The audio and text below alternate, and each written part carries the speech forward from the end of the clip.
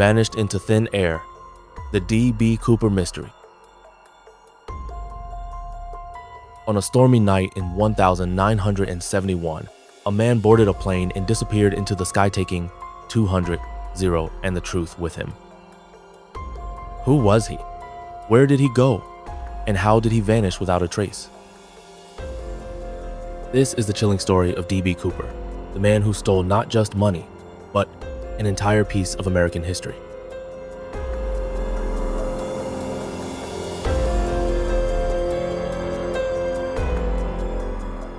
November 24, 1971, the day before Thanksgiving. A quiet man dressed in a black raincoat and suit steps into Portland International Airport. He buys a one-way ticket to Seattle under the name Dan Cooper. He looked like a businessman, calm, polite, but the airline clerk would later say his eyes were unnerving, cold, calculating, and somehow too confident. Not once did he smile. He carried only a briefcase.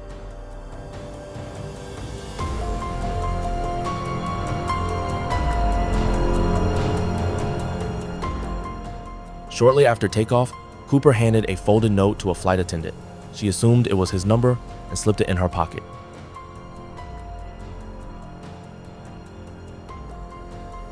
Then he leaned in and whispered, "Miss, you should read that note. I have a bomb."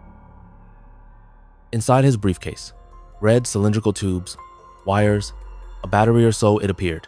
He kept it open for only a few seconds, just enough. Then came his demands. 200, zero in, unmarked bills, 4 parachutes, a refueling truck waiting at Seattle Airport.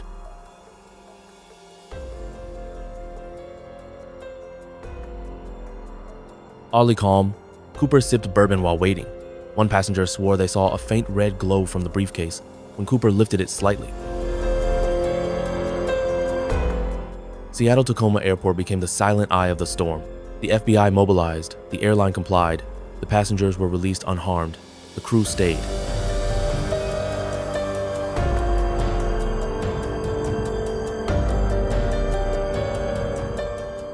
Cooper made his next move. Fly me to Mexico City. Keep altitude low. Speed slow. Gear down. Rear staircase extended. Cabin unpressurized. He demanded the cabin lights be dimmed. When asked why, he simply replied, "I don't like being seen." The plane took off again into the night, just Cooper and the flight crew.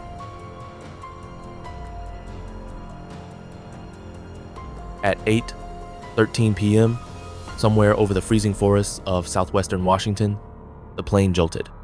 The rear stair alarm activated. Cooper was gone.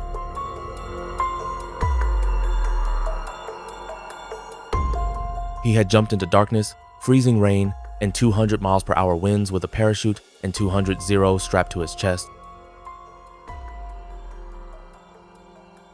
Behind him, a military aircraft shadowing the flight suddenly lost all visual contact. No chute, no silhouette, nothing. As if Cooper had simply vanished into the night. The FBI launched the largest airman hunt in U.S. history. Helicopters, bloodhounds, soldiers. But no Cooper. No parachute, no money, no body. Local hunters swore they heard strange noises in the forest for nights. Afterward, rotor sounds, mechanical clanks, even faint voices. But nothing ever turned up.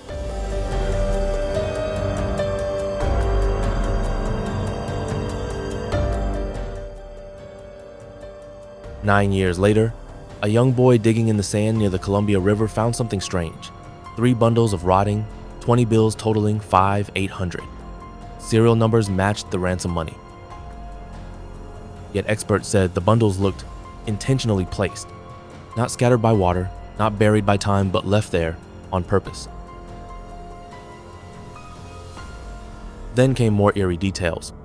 The name Dan Cooper matched a Belgian comic book character, a jet pilot in covert missions. The comic had never been published in the US. How did Cooper know it? Crew members later recalled his voice mostly American, but with occasional European or Canadian inflections, as if he had lived abroad. Some believed he was ex-military, others said a spy. A silver money clip was found under his seat, no fingerprints, and a tiny blood smear on the armrest. DNA testing was years away, and the sample would eventually decay, lost forever. Minutes after Cooper's jump, a weak, garbled radio signal came through an air traffic control tower too brief to identify. Some engineers insisted it was a voice. Someone was trying to say something, but it was buried under static. Was it Cooper? A final message?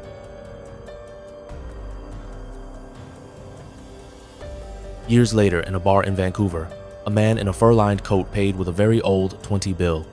When the waitress looked closely, he smirked and said, "That one came from the sky." Some believe Cooper died in the fall. Others claim he escaped cleanly. One theory suggests he had help from another aircraft, a small plane that intercepted him mid-air.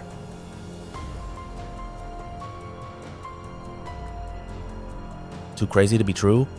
Or too perfect to ignore? In 2016, the FBI officially closed the case. No arrests. No resolution. Only legend. A dead man in the woods? A genius sipping cocktails in Rio? No one knows. But one thing's certain, D.B. Cooper didn't just steal 200. He stole a piece of American mythology and vanished into legend.